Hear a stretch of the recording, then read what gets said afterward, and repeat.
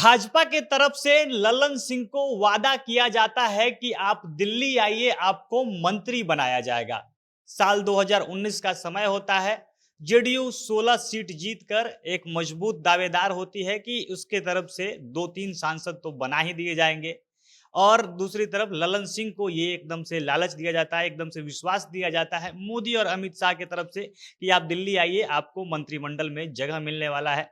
ललन सिंह अपने समर्थकों के साथ, जो भी उनके लोग थे, वो दिल्ली पहुंचते भी है। 10-15 दिनों तक उन्होंने डेरा भी डाला था।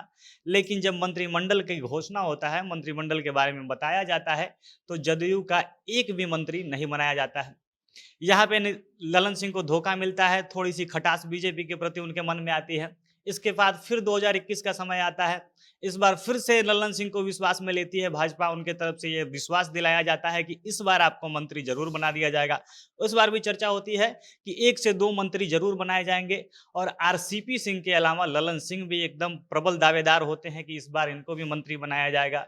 फिर 2021 में मंत्रिमंडल का घोषणा होता है, विस्तार होता है। आरसीपी सिंह तो केंद्रीय मंत्री बन जाते हैं, जो ललन सिंह के एकदम धूर विरोधी थे। और दूसरी तरफ ललन सिंह को दोबारा से निराशा हाथ लगती है। और इसके बाद से ललन सिंह और भाजपा के बीच जो दुश्मनी शुरू हुई, जो अदावत शुरू हुई, इसी का नतीजा था कि जो बिहार में भाजपा और जदयू का गठबंधन टूटा। नीतीश कुमार खुद कहते हैं कि इसके सबसे बड़े कारण ललन सिंह थे। और दूसरी तरफ भाजपा भी एकदम से अब ललन सिंह पे हमलावर है। अमित शाह अगर बिहार में आते हैं, रैली करते हैं, तो उनके सबसे बड़े टारगेट ललन सिंह होते हैं। अब भाजपा और जो ललन सिंह की दुश्मनी है, ये शुरू कैसे हुई, ये सारी कहानी क्या है, विस्तार से आपको वीडियो में आगे बताएंगे। और उससे पहले नमस्कार, जनता जंक्शन देख रहे हैं आप, और मैं हूं सन्नी मिश्रा। कैमरे के पीछे हमारे साथी विशाल खड़े हैं। 2019 का लोकसभा चुनाव बीतता है। बिहार में एनडीए का जो गठबंधन था, वो एकदम तगड़ा जीत हासिल करता है। 40 में से 39 सीट एनडीए गठबंधन को मिल जाते हैं। और 17 सीटों पे चुनाव लड़कर 16 सीट जेडीयू जीतती है, जो एक तरह से काफी बड़ी जीत थी। और 16 सीट जीतने के बाद ये चर्चा शुरू होती है कि 2 से 3 मंत्री पद जदयू के खाते में आएंगे। और इसी विश्वास में ललन सिंह, जो पार्टी के राष्ट्रीय अध्यक्ष हैं, उनको भी ये विश्वास दिया जाता है, उनको भी ये लालच दिया जाता है कि आपको भी इस बार मोदी के मंत्रिमंडल में शामिल होने का मौका मिलेगा। और इसी लालच में ललन सिंह दिल्ली पहुंच भी जाते हैं। जो भी उनके लोग हैं, अपने करीबी लोग हैं, इनके साथ वो पहुंचकर एकदम दिल्ली में डेरा डाले रहते हैं।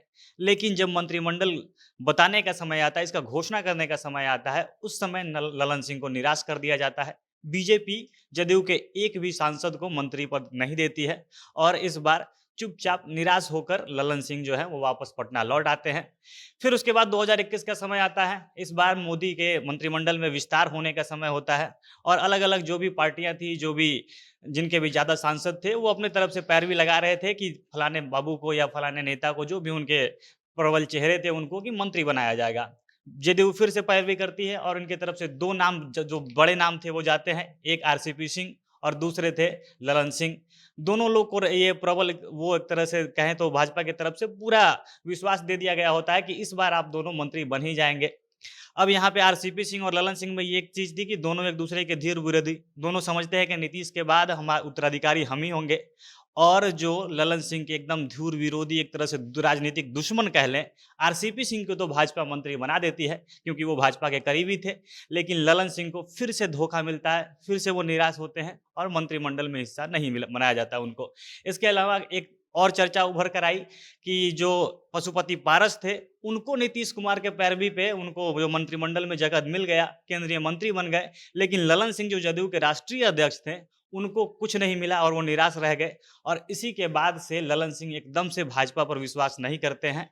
ऐसा सुनने में आ रहा था कि बीच में जब भाजपा कहीं भी चुनाव लड़ती थी, तो जो ललन सिंह की आपसी टीम थी, उनको ये रहता था कि भाजपा हारे, तब जाके उनको सुकून मिले। और यही नतीजा था कि वो ललन सिंह अपने तरफ से पूरा कोशिश करते थे। तमाम अंदरूनी सूत्रों से जैसे खबर आते रहती थी कि उन्होंने ही तमाम कोशिश करके नीतीश कुमार को अपने पक्ष में लेकर आरसीपी सिंह को बाहर निकलवाया। दोनों में जो गुट, जदयू के अंदर गुटबाजी शुरू हुई, आरसीपी गुट और ललन गुट में लड़ाई शुरू हुई। और उसके बाद से ललन सिंह एकदम बीजेपी हमलावर है, एकदम निशाने पे रहती है। और यही चीज जो लोकसभा में अभी हो रहा है, वो देखने को मिल रहा है। ललन सिंह को जब मौका मिलता है, वो एकदम बगावती तौर पे, एकदम जितना कड़ा से कड़ा वो कड़े तेवर अपना सके, बीजेपी के खिलाफ अपनाते हैं। खूब बुरा भला जो उनको बोलना होता है वो बोलते हैं। और यही लोक लज्जा की बात वो मोदी सरकार को, बीजेपी को सिखा रहे थे। और दूसरी तरफ अमित शाह ने भी उतना ही पलटवार किया। भाजपा की तरफ से तमाम नेता ललन सिंह पे एकदम भिड़े हुए हैं।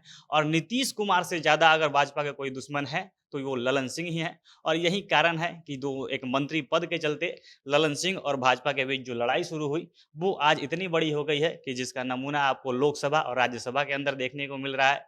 जदयू के नाम पर ललन सिंह को सीधे भाजपा टारगेट करती है और ये कहानी अभी और लंबी खींचती जा रही है। इस बार भाजपा के टारगेट पर मुंगेर सीट है और भाजपा चाहती है कि ललन सिंह को सांसदी में भी हराया जाए, उनको एकदम से राजनीति से बाहर किया जाए। बाकी देखना है आगे क्या होता है, ये दुश्मनी आगे कहाँ तक चलती है। आप लोग इसके बारे में क्या कुछ कहना चाहते हैं? कमेंट बॉक्स में अपनी प्रतिक्रिया बता सकते हैं। जनता जंक्शन देख रहे थे आप, बहुत बहुत धन्यवाद।